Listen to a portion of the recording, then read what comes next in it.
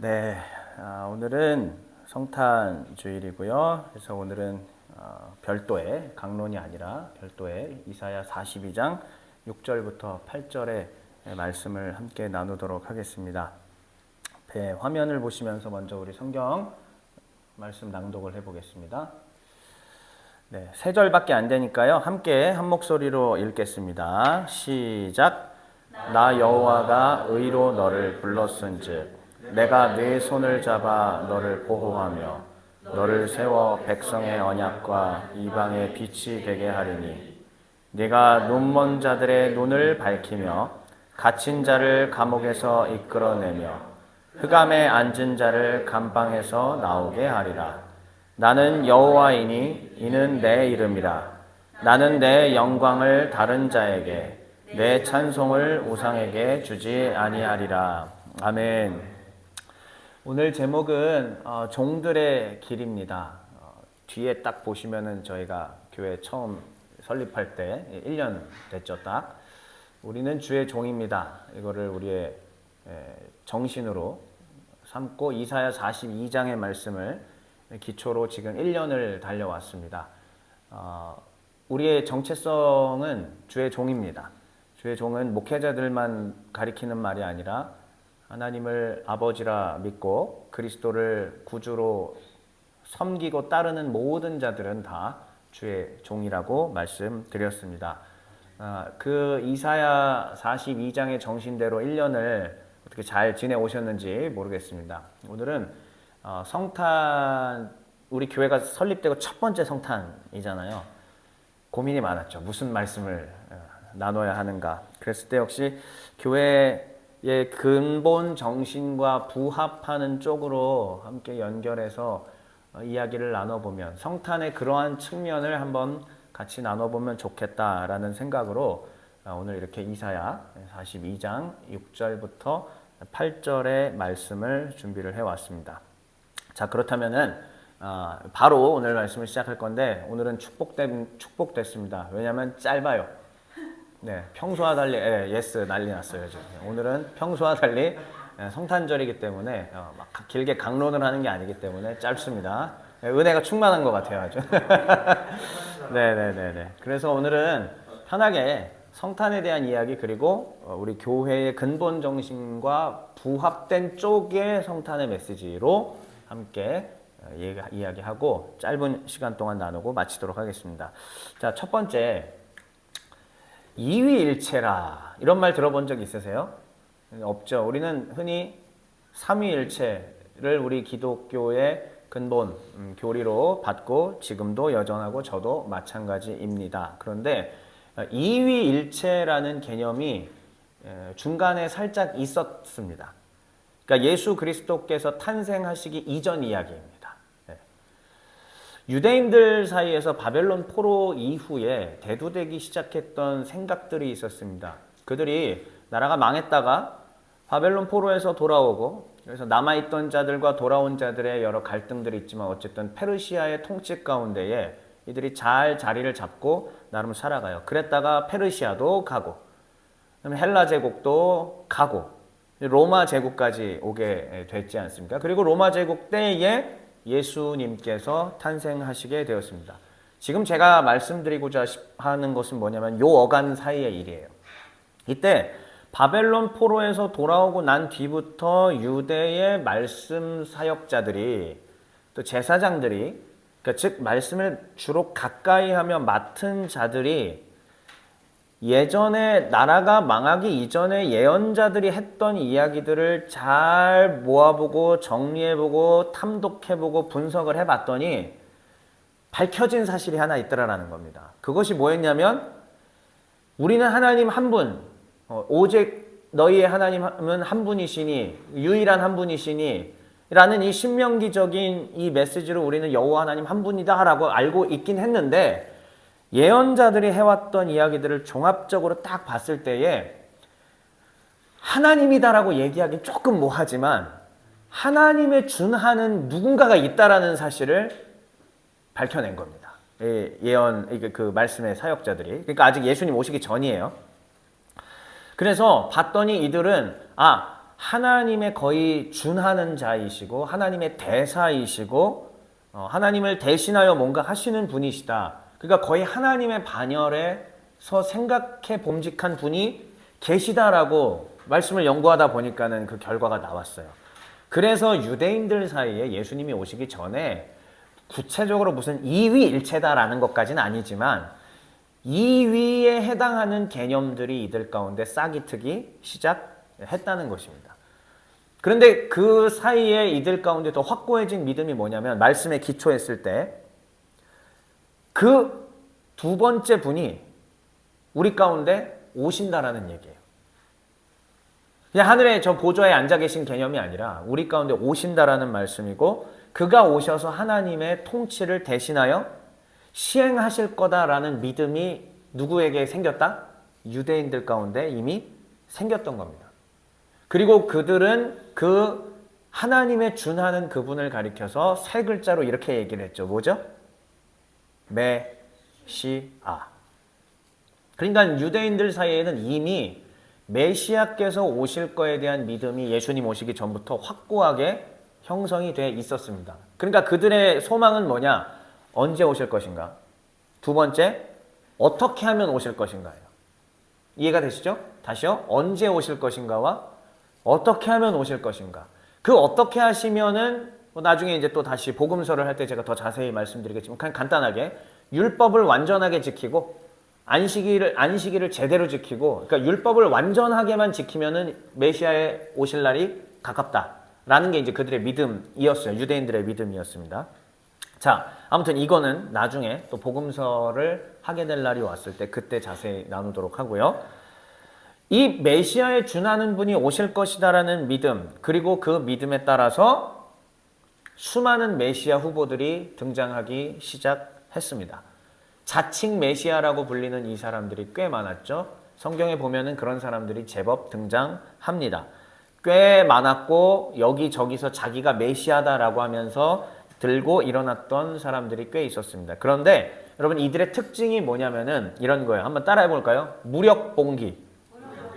그러니까 군대를 일으켜서 무력을 갖고 로마를 물리치겠다라는 방식의 봉기를 일으켰던 것이죠. 그러니까는 이 자칭 메시아라고 했던 사람들이 가졌던 특징이 뭐냐면은 로마라는 나라를 무너뜨리겠다. 이해가 되세요? 다시요. 눈에 보이고 손에 잡히는 그 로마라는 나라를 어떻게 하겠다? 무너뜨리겠다. 이게 그들이 가졌던 메시아 관이었습니다. 그래서 유대의 왕국을 세우고 이 유대의 왕국이 천하를 지배하며 주변의 열방들이 다 이 유대 왕국 가운데 오고 메시아께 굴복하고 메시아께 순복하고 통치함을 받을 것이다 라는 것이 수많은 자칭 메시아 후보들이 가지고 있었던 생각이었습니다. 그런데 이때에 또 다른 메시아 후보가 등장을 하니 우리 정성돈이 오시죠. 좀만 있다가 자, 기호 N번. 자, 그동안 메시아 후보들이 기호 1번, 기호 2번, 기호 3번, 기호 4번 뭐 쭉쭉쭉쭉 있었어요. 그런데 기호 N번. 자, 또 다른 한 명의 후보가 등장했으니 그의 이름은 예수입니다. 예. 그런데 이 기호 N번 예수의 특징은 그 전에 있었던 수많은 다른 메시아 후보들과는 달리 무력을 사용하지 않습니다. 오히려 무력을 사용하는 것은 하나님 나라에 부합하는 게 아니라고 이야기를 하죠. 그는 오히려 이런 것들을 했습니다. 첫째, 질병 고쳐요. 그 다음에 귀신에게 사로잡혀 있던 사람들을 귀신을 쫓아주면서 노임 받게 만들어냅니다. 그리고 그들에게 하나님의 자녀가 되는 특권을, 권세를 주고 다니셨습니다. 자, 그러면서 이 예수님은 결국은 그의 삶 전체를 봤을 때 다른 메시아 후보들과 전혀 달랐던 점이 바로 이제 이 공약이에요. 결정적으로 이 공약이 다른 메시아 후보들은 흉내도 낼 수 없었던 엄청난 차이였습니다. 자, 한번 아래 읽어볼까요? 재밌게 읽어주세요. 시작. 네, 여러분 뭐 선거철에 그거 있잖아요. 저는 다릅니다. 이렇게 이해하시면 돼요. 예수님이 실제로 그렇게 약장사 톤으로 뭐 이렇게 얘기를 했던 것은 아니고요. 자, 여기 보시면은 완전한 속죄를 드립니다라고 말씀을 기록을 해놨습니다. 제가 그렇습니다. 예수님의 사역은 질병을 치료하고 귀신을 쫓고 등등등 다 이런 것들을 하지만 이 일이 이루어지는 데 있어서 가장 핵심되는 사역이 뭐냐면은 속죄예요. 따라해 보겠습니다. 속죄. 네. 결국은 속죄가 돼야, 잘 보세요. 저를 잘 보세요. 속죄가 돼야만 하나님과 인간 사이에 막혀있던 죄의 담이 어떻게 되죠? 네, 무너지죠. 그래서 하나님과 인간이 서로 어떻게 됩니까? 연합이 이루어지게 됩니다. 이것이 기독교 신학의 가장 큰 핵심이에요. 따라해 볼게요. 그리스도와의 연합. 네. 그리스도와의 연합은 또 따라해 보겠습니다. 하나님과의 연합. 이게 기독교의 핵심입니다. 네. 그러니까 예수님께서 하셨던 건 뭐냐? 이 죄의 담을 허무는 작업을 하기 위해 오셨다는 거예요. 그 전에 있었던 다른 메시아 후보들이 가졌던 생각은 뭐냐면은 로마를 붕괴시키겠다라는 건데, 이 예수는 n번째 후보인 기호 n번 예수는 다른 후보들과는 전혀 달리 죄의 담을 허물어서 눈에 안 보이는 영원한 나라를 회복시키겠다. 그러니까 새로 만들겠다라는 개념이 아니라 회복, 리커버리예요. 다시 돌려놓겠다라는 의미입니다. 다시 돌려놓는다라는 얘기는 뭘 다시 돌려놓는 걸까요? 하나님이 에덴에서 천지를 창조하실 바로 그때의 하나님의 아름다움, 하나님의 통치 질서, 하나님의 역사, 하나님의 방식들, 이게 지금 인간 세상은 다 무너졌잖아요. 이걸 회복시키겠다라는 거예요. 그러니까 예수님께서 하신 것은 다른 후보들과는 달리 뭘 한 거냐? 아버지 하나님의 뜻을 정확히 이해해서 아버지 하나님의 통치가 다시 회복되게끔 만드는 위대한 작업을 예수님께서 하신 겁니다. 그를 위해서 반드시 넘어야 되는 가장 큰 산, 이 빌런을 넘어서야 됩니다. 이 빌런을 깨야만 퀘스트를 성공시킬 수가 있으니 그게 뭐냐면 속죄, 죄의 담이에요. 죄의 담. 그런데 죄의 담은 도저히 넘을 수가 없습니다.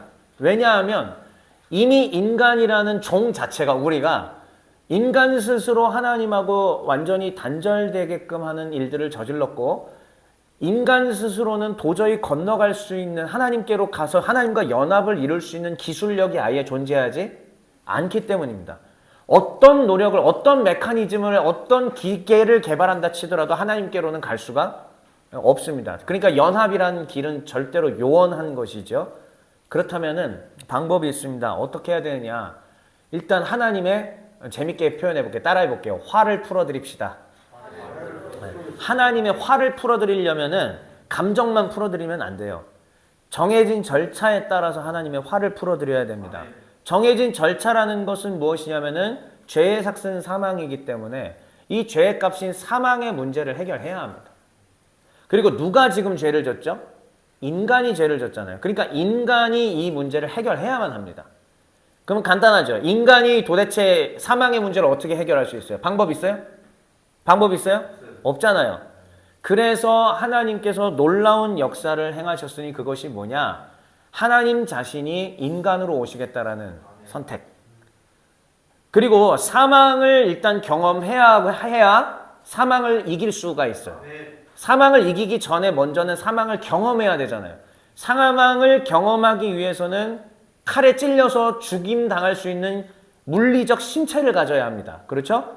그러니까는 하나님이 친히 인간으로 오십니다. 그럼 왜 원숭이로 안 왔냐? 일단 인간이 죄를 졌고 인간이 하나님을 대신한 대리 통치자였기 때문에 인간으로 오신 거예요. 굳이 원숭이로 오셔야 될 이유가 없습니다. 그래서 하나님께서 인간으로 오시고 이제 살을 가진, 육신을 가진 채로 오셨으니까 칼에 찔리면 어떻게 돼요? 죽을 수도 있어요. 네. 죽음을 체험할 수 있는 겁니다. 네. 그래서 하나님의 아들이신 이 예수님께서 인간의 몸으로 오신 것이고, 죽은 다음에 죽음 상태로 끝나면 속죄는 이루어진다, 안 이루어진다? 안 이루어져요. 사망을 이겨야 합니다. 자, 그러면 그동안 우리가 어린 시절부터 교회에서 들어왔던 모든 것들이 다 연결되고 풀리죠? 이 조건이 다 부합되잖아요. 그래서 이 메시아 후보, 다른 메시아와 후보들과는 전혀 다른 이 메시아 후보는 그래서 공약이 뭐였냐면 완전한 속죄를 드립니다라고 해서 자기 자신이 제물이 되신 것이고, 인간으로서. 그리고 자기 자신이 제물로서 죽음을 경험하신 것이고 자기 자신이 또한 죽음에서 다시 살아나시는 부활의 역사를 해 주심으로 말미암아 하나님과 인간 사이의 영원한 유격, 영원한 간격을 메워버리는 다리를 놔주시게 된 것이죠. 이게 바로 예수 그리스도께서 행하신 속죄의 사역입니다. 그런데 이제 이런 의문이 있을 수 있습니다. 그럼 구약시대 때 있었던 제사들은 무엇인가요? 자, 구약시대의 제사가 왜 안 되는지 설명을 좀 드릴게요. 첫째, 제물이 흠이 없어야 됩니다. 그런데 동물은 겉으로 볼 때 뭐 흠이 있느냐 없느냐 이거를 따져보는 것도 중요하겠지만 그게 아니라 아무리 동물이라도 속까지 완전히 그 내면까지, 동물도 내면을 따지는 거예요 지금. 동물이 완전히 하나님 앞에서 의롭고 거룩하다고 얘기할 수 있을까요? 불가능해요. 자, 그러면 사람이 인신제사로 사람을 또 제사를 드릴 때 사람이 하나님 앞에 거룩하고 의롭다고 얘기할 수 있을까요? 불가능하죠. 그러니까 이 제물이 왜 하나님의 아들이 되셔야만 했냐면 의롭고 흠이 없으셔야 됐기 때문입니다. 그래서 성경은 곳곳에서 이렇게 얘기하시죠. 그는 죄가 없으시니라. 그는 흠이 없으신 분이시다라고 계속 반복적으로 얘기하지 않습니까? 예. 그래서 하나님의 아들께서 인간으로 오셔서 제물이 흠 없는 제물이 되신 거예요. 자, 근데 이제 흠 없는 제물이 확보가 됐지만은 문제는 제사를 드렸을 때 이 제사가 반복되지 않고, 구약은 계속 반복이잖아요. 그냥 무수히 반복이잖아요. 반복되지 않고 한 번만에 끝나려면은 반드시 필요한 조건이 있습니다. 제사를 집전한 제사장, 즉 하나님과 인간 사이의 매개자였던 이 제사장이, 따라해 볼게요. 죽으면 안 돼. 죽으면 안 돼요. 죽으면 제사의 효과가 사라지는 거예요. 그렇지. 아무리 오래 살아도 80년이면 죽고 80년이 죽고, 그러니까 이 제사는 가다가 끊어지고 즉 완성되지 않은 제사라는 뜻이에요. 자, 그런데 그러려면 죽으면 안 되라는 얘기는 뭐냐? 영원히 살아있어야 돼요. 이거 인류 역사상 딱 한 명밖에 안 했잖아요. 누구죠? 그렇죠. 그래서 예수님이 흠없는 제물로 일단 오신 것이고, 또 죽었다가 살아서 2023년 현재 그분은 여전히 still alive, 지금도 살아 계십니다. 네. 그러므로 그리스도 때문에 이 속죄의 효과는 지금도 유효하다라는 얘기입니다. 예수님께서 이 땅에 오신 이유 바로 속죄였던 것입니다. 그래서 이 속죄가 되고 나니 아까 맨 처음 이야기 기억나세요? 하나님의 화를 어떻게 하자? 풀어드리자라고 했죠. 이 조건을 만족시키니까 하나님도 더 이상 화를 낼 수가 없으시죠. 그래서 예수 그리스도의 피가 덮여있는 것을 보시면 하나님은 더 이상 화를 낼 수가 없고, 오케이, 내 아들 예수의 피로 인하여 너희가 의로워졌구나, 내가 너희를 사랑한다 라고 얘기하면서 하나님의 자녀로 받아주시게 되는 것입니다. 할렐루야. 얼마나 주님께서 베풀어 주신 크신 은혜입니까? 그런데 그리스도께서 행하신 이 크고 위대하신 이 은혜는 하나님의 자녀, 내가 하나님의 자녀 된 것으로만 그쳐서는 안 돼요. 그리스도께서 이 일을 하신 것은 무엇이냐면 또 다른 누군가에게 이 은혜와 은총을 계속 나누고 전파하고 어둠 가운데 있는 그 영혼들을 빛으로 인도하라, 구원의 길로 인도하라, 그러기 위해서 주님께서 이 속죄의 위대한 역사를 하신 것이거든요. 그래서 오늘 본문은 이런 내용이었었습니다. 다시 한번 보겠습니다. 이사야 42장은 우리 이 땅에 오실, 아까 말했던 이위일체 기억나세요? 하나님의 주나는 또 다른 누군가, 우리 메시아라고 얘기하잖아요. 메시아에 대한 이야기를 예언해 놓은 장으로 볼 수가 있습니다. 여호와께서 이 메시아를 의로 부르셨고 손을 잡아 보호하시고 백성의 언약과 이방의 빛이 되게 하셨습니다. 그래서 이 메시아가 이 땅 가운데 실제로 육신을 입고 오셨으니 그가 하신 일은 무엇인가? 7절 말씀 한번 같이 다시 한번 큰 소리로 읽어볼게요. 7절이에요. 시작. 내가 누운 자들의 눈을 밝히며 갇힌 자를 감옥에서 이끌어내며 흑암에 앉은 자를 감옥에서 나오게 하리라. 그렇습니다. 그래서 주 예수께서는 이 땅에 와서 속죄를 일단 이루시기 전부터 갈릴리 지방, 가장 어둡다고 일컬음을 받던 그 불쌍한 지역에 가서 주의 사역을 시작하시게 되신, 메시아로서의 사역을 시작하시게 된 것이고, 눈먼 자의 눈을 밝히셨습니다.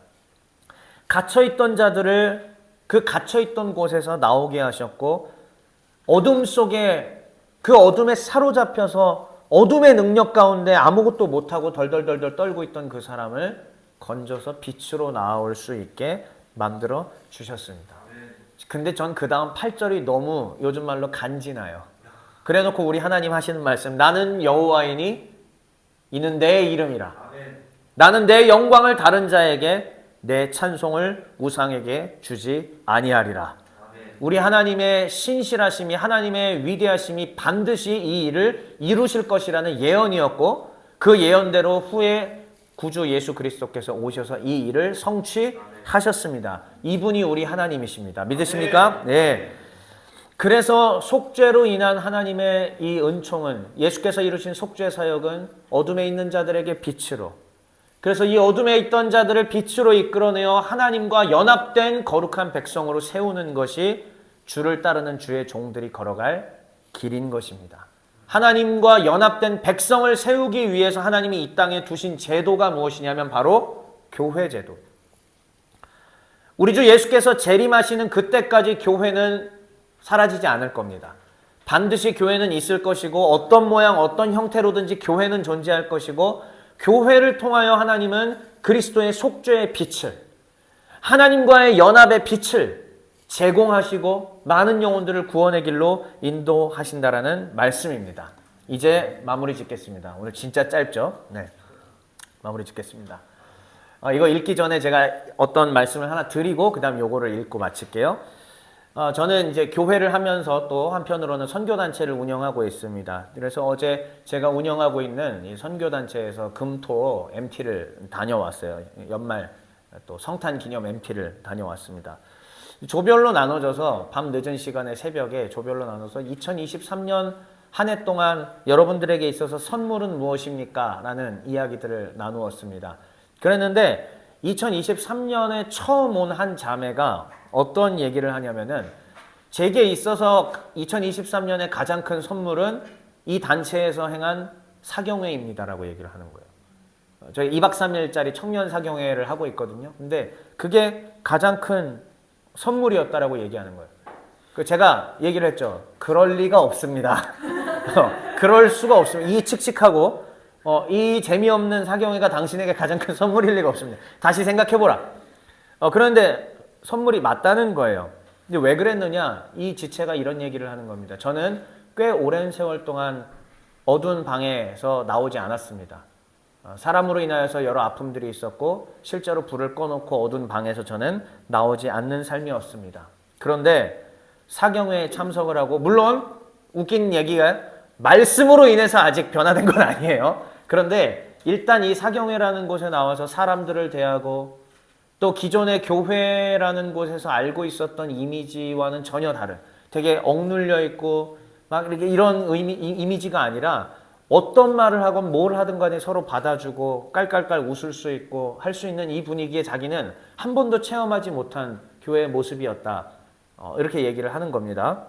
그래서 이 사경회를 통해서 잘 알아듣지는 못하는 말씀이었지만 그래도 듣는 것도 좋았고 사람들과 교제도 좋았고, 자, 들어보세요.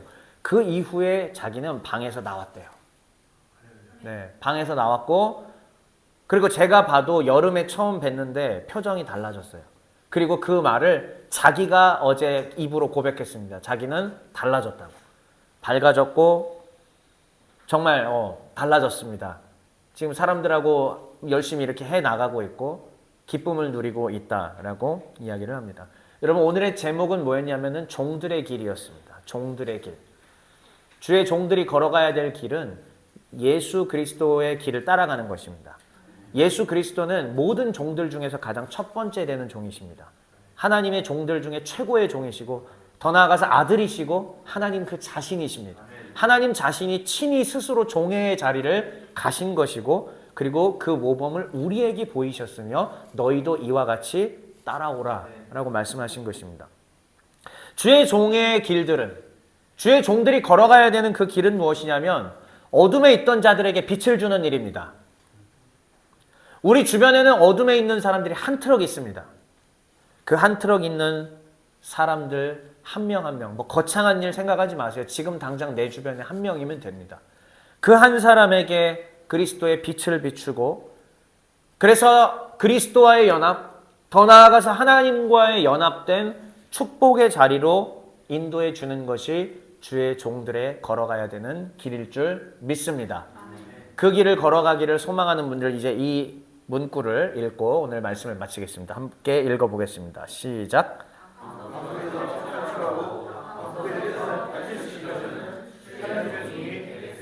아멘. 그렇게 되는 저와 여러분 되시기를 우리 주 예수 그리스도의 이름으로 축원합니다. 자.